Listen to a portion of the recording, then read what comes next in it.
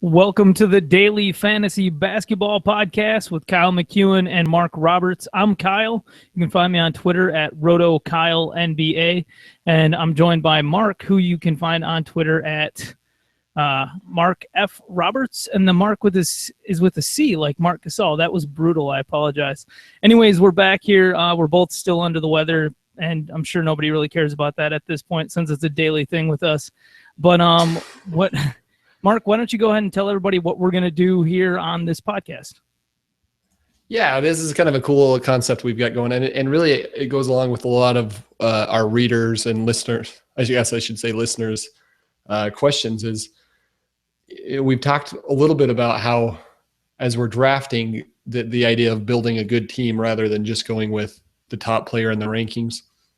And we've had a lot of questions like, so, okay, I want to do that, but if I draft player X in the first round, like who's a good person to pair him with in the second round? Who's a good person to pair those two with in the third round? So we thought would be cool is what if we start with some of the players that will go in the first round and then just go through like, okay, here's a good second round pick. Here's a good third round pick. Maybe here's a good fourth or fifth round pick as a good way to help you kind of get a team started, a team build started.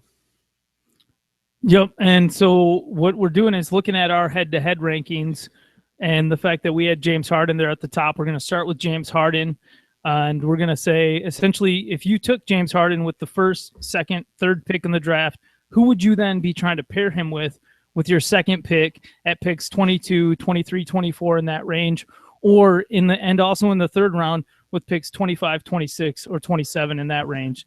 And we're just going to try to give everybody our thoughts and distinctions behind why we would take certain players and pair them with James Harden. Yeah, and it's an inexact science because we don't know exactly who will and won't be drafted in your draft, and so you'll have to adjust. But hopefully as we kind of talk through our logic of why we would pair him with who we would pair him with, you'll be able to make those decisions on the fly, even if the specific player that we mentioned is no longer available. So, Kyle, maybe it's worthwhile just to talk about James Harden for 1 second and why he's so high in our rankings, what we like about him, and maybe his statistical makeup or the stats that he's really good at and the stats that maybe he's less good at so that we can know what we're looking at down the line. Yeah, I mean, for the most part, he's good across the board. That's why he's the top-ranked player in our projections. He's also a guy who doesn't get hurt that often. He doesn't miss many games. So we've got Harden projected for 78 games.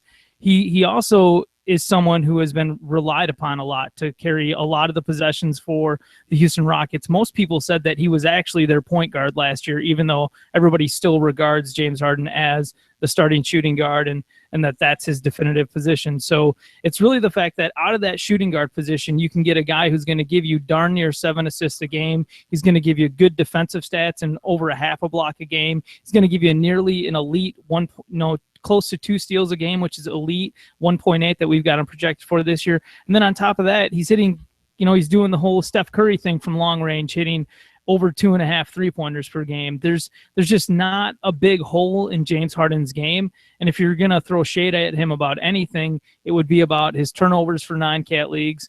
And then you'd maybe be, you could maybe nitpick about his field goal percentage for rotisserie, but I'm not going to go there. We don't care about that here anyway.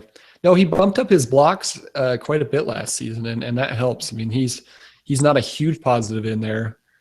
Blocks and rebounds are probably the 2 categories where he's not elite, but he's good enough that he gives you positive value there in a 12-team league. He's above the replacement level. So he's above replacement level in all 6 of the positives counting categories, and he's really elite. I mean, his best category is points, but he's elite in steals, assists, and probably 3-pointers too, or at least very good in that category. So as we look forward, if there's 2 categories he's maybe not as good at, it's rebounds and blocks, but he's really not deficient anywhere. So but that makes pairing him with pretty much anybody good. And that's one of the reasons you would want to take him. Yep. And I know that there's it gives you some versatility. Yeah, exactly. You can take whoever you want in the second round and know that you can probably take somebody else in the third round who's going to fill any holes that you have left over as long as you took a really good player in the second round. So I guess where would we look then, Mark, if we've just taken James Harden with our first, second, third pick, and we're going to the 22nd, 23rd, 24th pick, it's coming back around to us. Who are we looking at being available there for us, and who are you thinking about taking to pair with James Harden at that time? So, and just for anybody who's watching, you can look on our screen here, and it shows the players by Yahoo average draft position who should be picked in between your James Harden pick and when it wraps around to the last few players on the list. For those listening just to the audio version, are like Blake Griffin, Serge Ibaka, Kyrie Irving, and Rudy Gobert. And obviously there's all the first rounders that are kind of before that. So the top guys left at this point in our rankings after everybody has kind of been drafted. Let's see, we're still showing it. Okay. So the top guy is Paul George, who's in our ranking is number 11. Draymond Green, who's number 12, Eric Bledsoe, Gordon Hayward, DeAndre Jordan, and we've got a couple others, but Kyle, I don't think I'm going to go a lot farther down the list than that. I mean, if you can get Paul George and pair him with James Harden, I'm feeling pretty darn good about my league.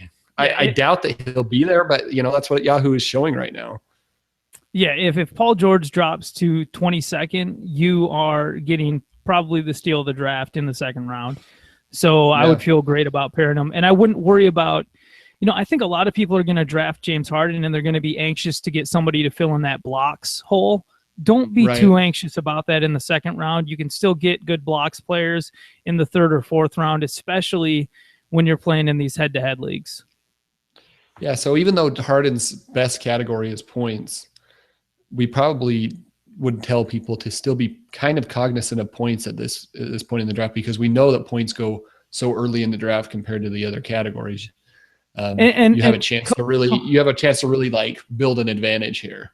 Right. And coinciding with the whole fact that points go early in the draft, it's also extremely difficult to get elite points after the draft. You have to stumble into one of the best waiver wire pickups, of the year in order to get good points off the waiver wire. So that's another reason why I just kind of like to beat it into people that my strategy personally is to make sure I'm getting points pretty much the first 3 rounds. Like, I'm aiming for somebody who's going to score close to 20 points because I know I'm not going to be able to get that once the draft is all said and done. I think that's smart and definitely a safe strategy. If Paul George isn't there, this discussion becomes a little more interesting. And let's just go with the assumption then, Kyle. Like, I think Paul George is a no-brainer in the second round for us. Let's pretend that Paul George isn't there because the other owners in our draft are smart, or because we actually picked first and Paul George went 22nd or something. Who on that list do you think you would pick in the second round to pair with Harden, assuming George isn't there?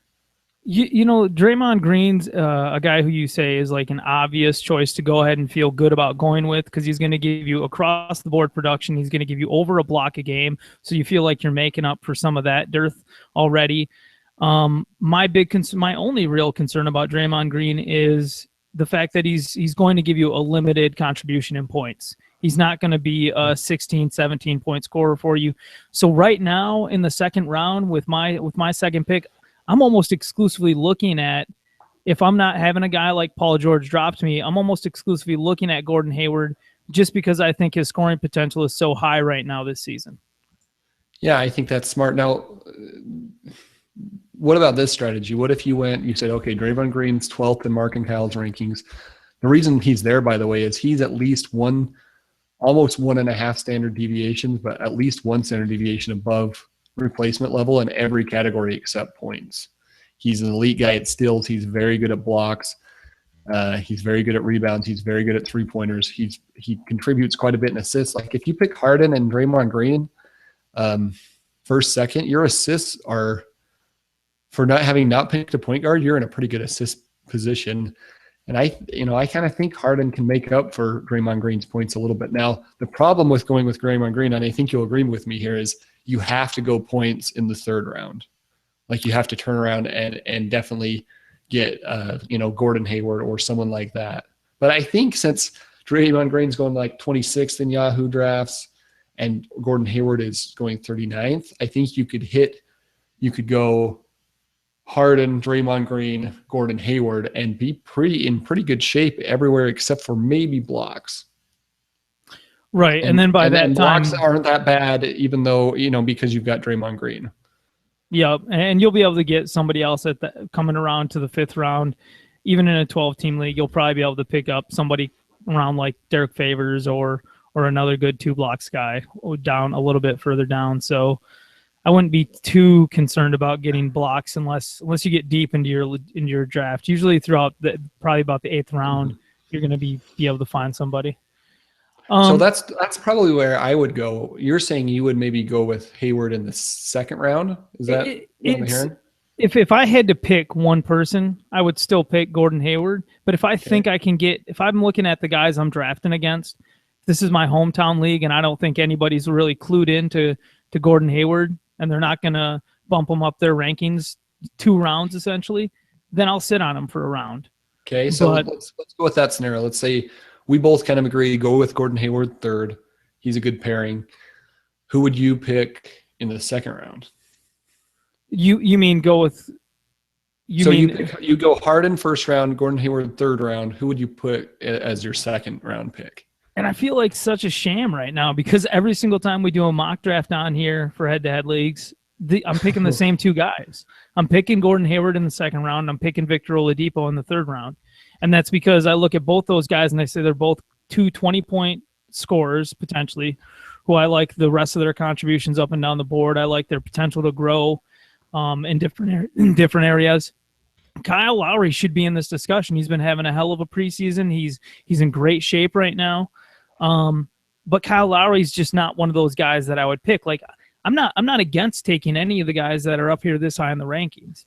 Mm-hmm. But if I had to take somebody, I'm taking Victor Oladipo. And that's mainly because I don't feel like I need a Kyle Lowry right now. Because I've got point guards that I can take later in the draft for head to head that I like a lot. There's a conversation where I would take Andre Drummond because I think Drummond's going to be closer to 18 points a game this season on the Pistons with no Greg Monroe there. And if you think Drummond can get that high, I think he's the no-brainer guy you take in the 2nd round. Honestly, because I don't think that Oladipo is going to score. I mean, we've got him projected for 18 points. He could get to 20, but the difference between 18 and 20 and Oladipo might actually be at 18, so there's no difference. But even if Oladipo is at 20 and Drummond's at 18, that's not enough difference to make up for the elite rebounds and really good blocks that you're going to get out of Drummond.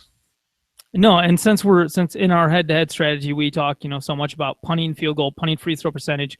So if you're looking at that, Drummond's a potentially great pairing for James Harden because, like you said, you're going to be filling up the blocks category that you have a little bit of a dearth of from Harden, and Drummond pairs well with, I guess whether or not you got Draymond or Gordon Hayward, it really doesn't matter, especially if, like me, you're expecting Drummond to score about 18 points a game. Yeah, and that is maybe one advantage, Kyle, about Drummond. He's not, we kind of lump him in with the conversation with Gobert and DeAndre Jordan, and his blocks are a little not quite as elite as those guys are. He's still very good at it, but he does already, even if he doesn't get to that 18 points, he's kind of in that 14, 15 point range, which is a big difference from where Rudy Gobert is and where DeAndre Jordan is. In the 10 to 11 point range, that might seem like 2 or 3 points doesn't matter. That does make a difference. Right. And Drummond will be he's essentially the 2nd option on the offense for Detroit this year. So thinking he's going to score 18 points is not absurd at all. In fact, I mean, he could score more than that simply because he's expected to play more minutes as well. No, I mean, if I'm sitting there and I'm looking at who's still available and I don't like the potential blocks guys that I have afterwards, or I don't think that I can wait on Drummond, then I'm definitely going to consider taking Drummond with Oladipo in the 3rd round there. Well, just one more thing to wrap this up, and then we'll move on to the 4th and 5th round, and we'll be basically done here. So say we went James Harden, who's good at 4 things. We went Paul George. We were lucky enough to get Paul George, he's really kind of good at the same few things as Harden. He's really good at threes. He's really good at steals. He's a good scorer. He's not quite as elite at assists, but he's similar in mold to him. And then we go Gordon Hayward, who again is a similar type player. Then we've got 3 pretty similar players. Are you okay with that?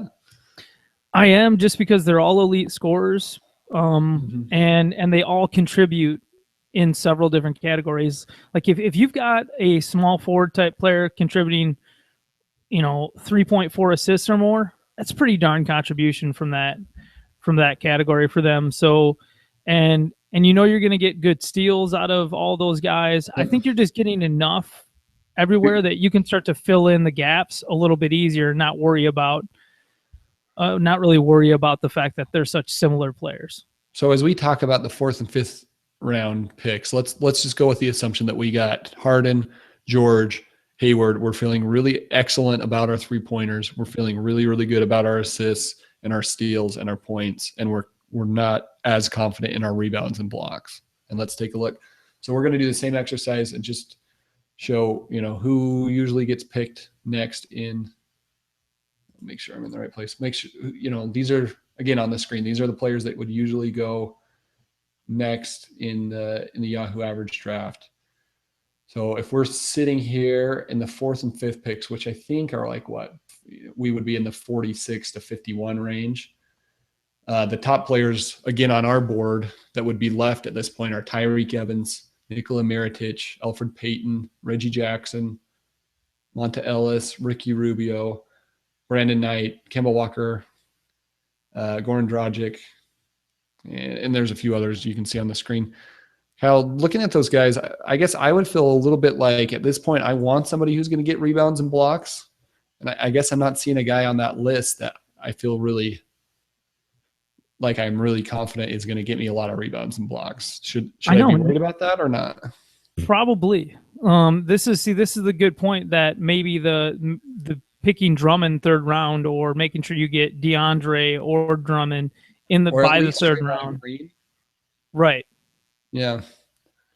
Because I would feel a lot better like if we would have went Paul George, say we went Paul George, Drummond, and then added on Nikola Mirotic or Tyreke Evans. I would feel better about that team than going with Harden, Gordon Hayward, Victor Oladipo, and then having to pick between, kind of reach down farther for somebody with blocks and rebounds. Yeah, I think I would feel I'm going to have a hard time passing up on getting Gordon Hayward in the 3rd round if I can.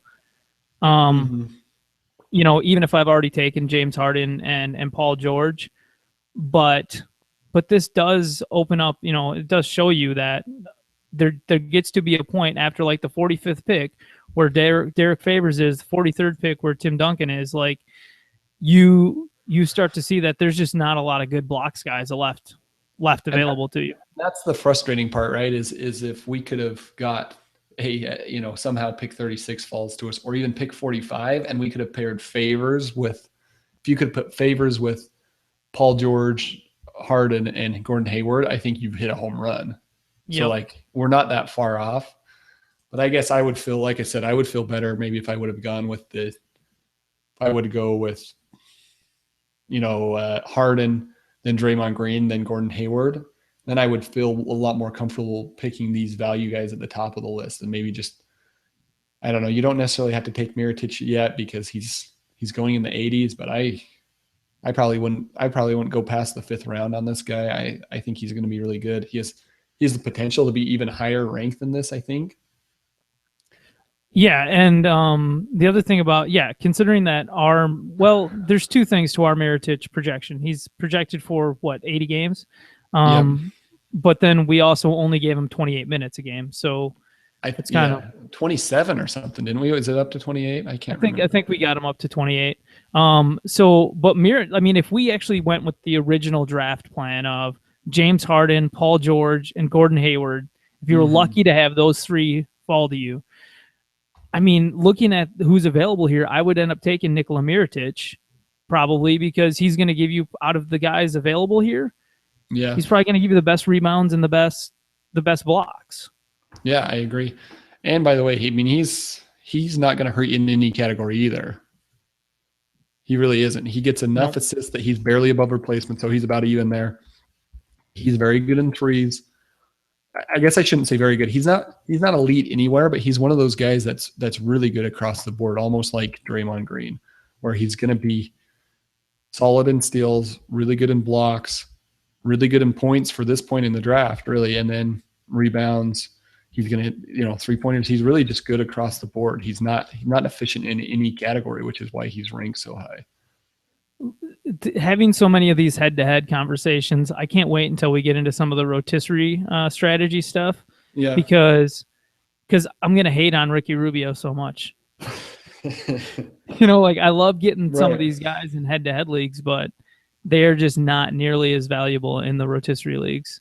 And they're quite out. I mean, they're pretty much people I just patently avoid.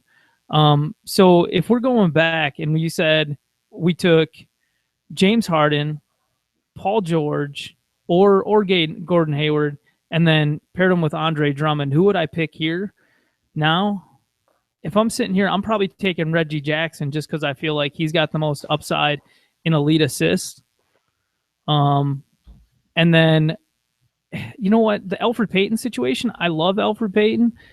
I hate the Scott Skiles situation with the Magic right now because I don't know what kind of team they're going to be. They're starting Channing Frye every preseason game. I can't wait for Aaron Gordon to come back and play on Tuesday. That's super exciting because that's maybe going to show us exactly what's going to happen with this Magic team.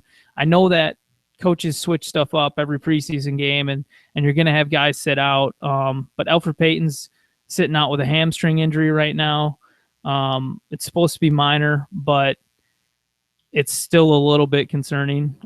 Just because some of the weird stuff I've heard, or the over talk I've heard about Evan Fournier and some of the beat writers from Orlando, I'm a little bit scared that Peyton may not get enough minutes to satisfy us on every night. And I like going with, I think almost, as I've been thinking through the combinations, I think almost every combination I'm wanting to pick Mirotic, and maybe I'm okay waiting to the 5th round here just because the 4th and 5th picks are so close, and he is farther down on the ADP. So I feel like I'm looking at Mirotic and then who else among the group that I want to pick. I like Tyreke Evans. I end up with him in a lot of our drafts. He's another guy that is very good in assists. Like he's James Harden level in assists. He's good in steals. He scores a little bit. He kind of just is another guy that does a little bit of everything, but is at least elite in the assists and close to elite in the steals and the points. So I like going with him there. I don't think there's any doubt that Tyreke Evans is going to have a good season this year for, on the Pelicans. Mm-hmm. But some of the recent reports about Drew Holiday and the fact that he seems to understand more this year that he needs to take it slow. Mm-hmm. But the fact that they've started Drew Holiday the first few preseason games, I know I believe Tyreke was dealing with a minor ankle issue the first game or two, but there's just little things that have made me feel like there might come a time later in the season where Evans' value gets not greatly marginalized, but somewhat marginalized if Holiday gets healthy and he's commanding a full 30 minutes a game. And that concerns me a little bit, or it's made me a little bit more lukewarm about drafting Tyreke Evans too high. I can understand that. I guess my counter would be, I think Tyreke Evans is going to get his. Like, we've never seen him not do that. You know what I mean? Like, even maybe if it's at the detriment of his team. Yeah, no, absolutely. There's a lot of people that are frustrated about that root for Tyreke Evans, but from a fantasy perspective, you kind of love it. No, and that's a good point. Like, Evans always does seem to get his as long as he's healthy. So, and it's those random, he gets those dang, ankle injuries, like, seems like every month and a half he has one. Yeah, no, that's a good point. So, any deeper on this? Or is that's pretty much it, isn't it? Yeah, I mean, at this point, I feel like we've gotten so many contingency. Well, if you pick this guy, then you pick here. I think if we went for the 6th and 7th round. But I think we both kind of think about this the same way. You're always trying to, like, without worrying too much about the exact math of how everything's adding up for your team, you're essentially looking at each player and you're saying, okay, this guy's really good in these stats.